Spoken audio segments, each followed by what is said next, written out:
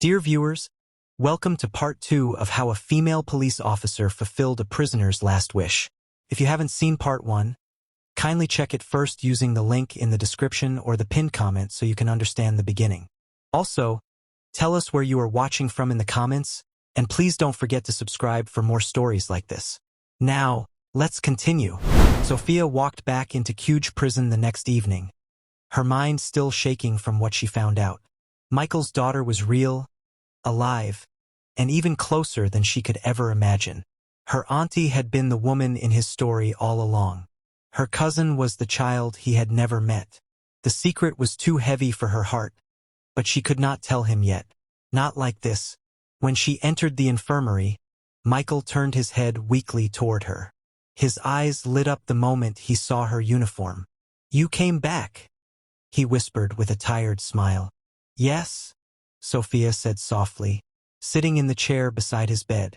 "I told you I will stay with you." Michael coughed, his body shaking slightly. "Did you find anything?" His voice carried both hope and fear. "About her, my daughter?" Sophia froze for a second. She could not tell him the full truth yet. If she did, he might break down completely. "I am trying," she said carefully. "I asked around. It is not easy, but I won't stop.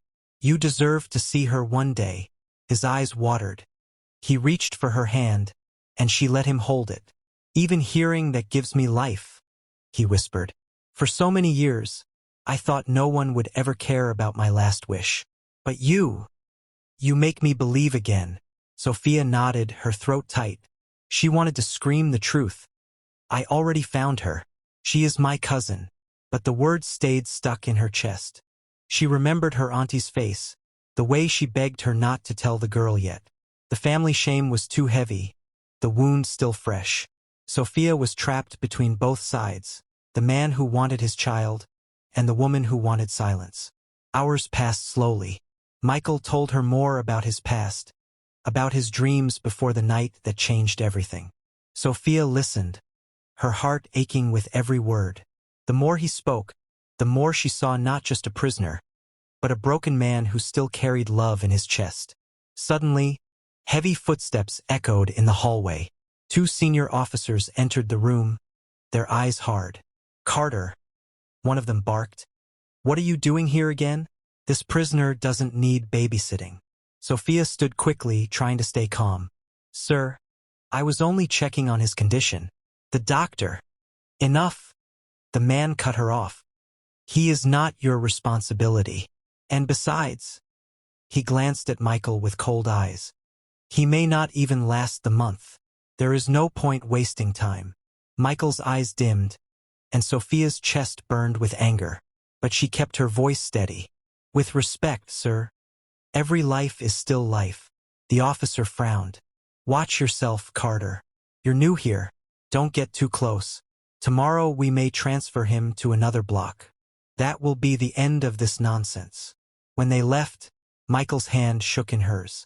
"Transfer?" he whispered. "Sophia, if they move me, I may never see you again. Please don't let them take me." Sophia's heart raced. She could not lose him now, not after everything she had learned. She leaned close, her voice low but firm. "I will not let that happen. I promise you." But deep inside, fear gripped her. The system was bigger than her.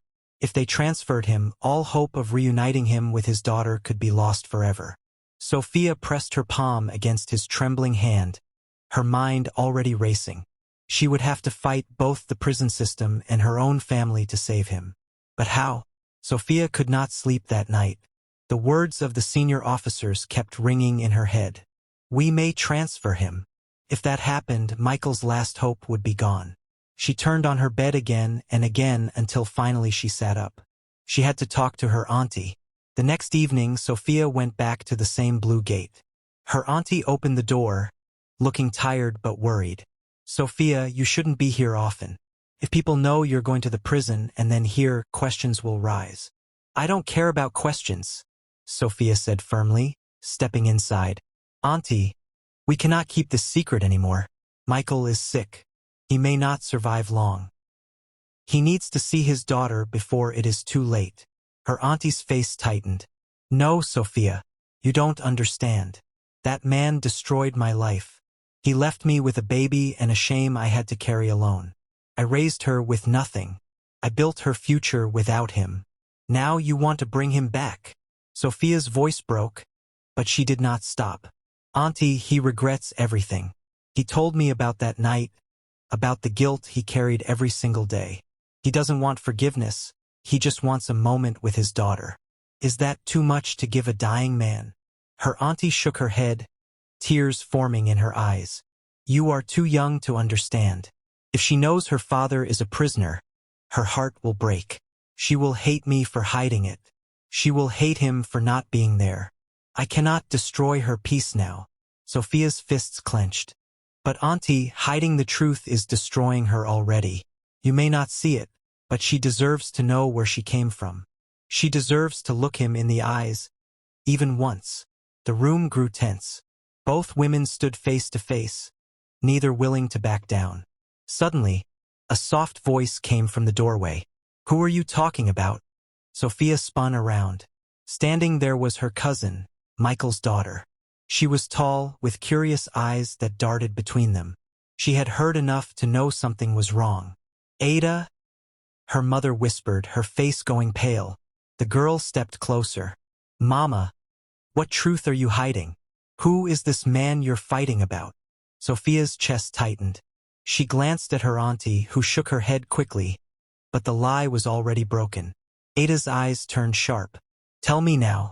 I heard everything. Who is my father? Her auntie covered her mouth, tears spilling down her cheeks. She could not answer. Sophia took a deep breath, her voice shaking.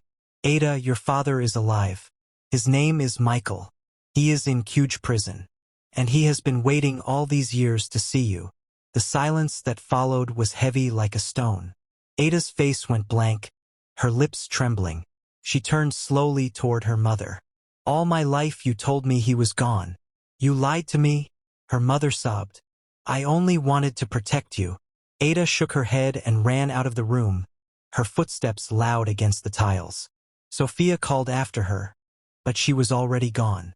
Sophia turned back to her auntie, her own tears now falling. Do you see? She was going to find out one day. Now it is too late to hide. Her auntie dropped into a chair, her face in her hands. God help us, she whispered. Sophia's heart raced. Ada knew the truth now. The question was, would she go to the prison? And if she did, would Michael even live long enough to see her? The daughter now knows the truth and runs away. Next chapter we would see if she will face Michael, or if the prison transfer will scatter everything.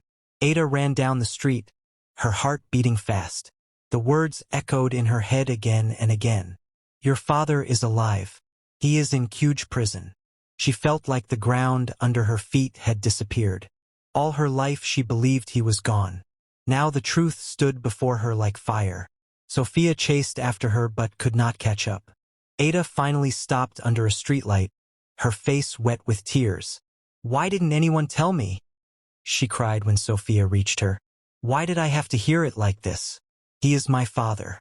I deserve to see him. Sophia held her shoulders gently. Ada, listen. I didn't want you to find out like this, but you need to understand. Michael is sick. He doesn't have much time left. That's why I begged Auntie to let you know. He's waiting for you.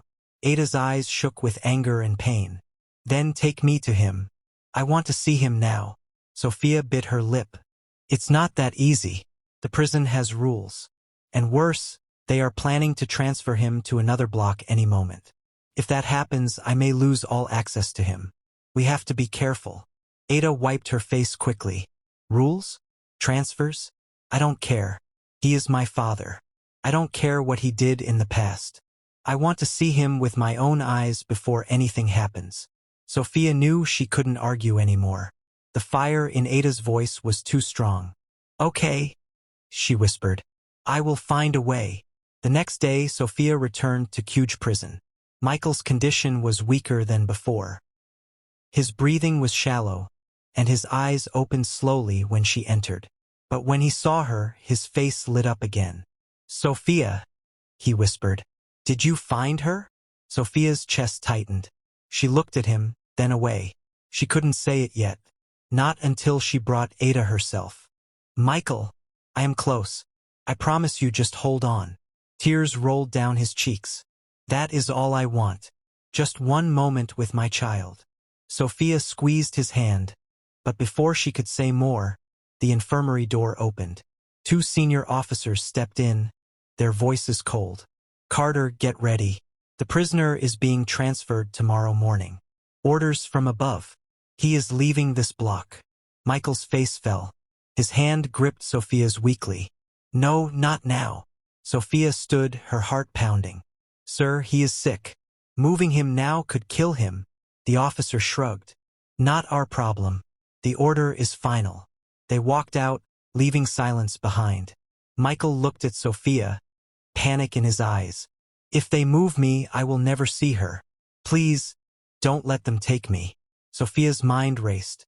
She thought of Ada's tears, her auntie's shame, and Michael's dying wish. She could feel time slipping away. She leaned close and whispered, I will not let this happen. I swear to you I will fight. Even if I break the rules, you will see her. But as she walked out of the infirmary that night, fear gripped her chest. How could one young officer stop the system? At that same moment, Ada sat by her window at home, staring into the night. Her hands were shaking, but her heart was firm.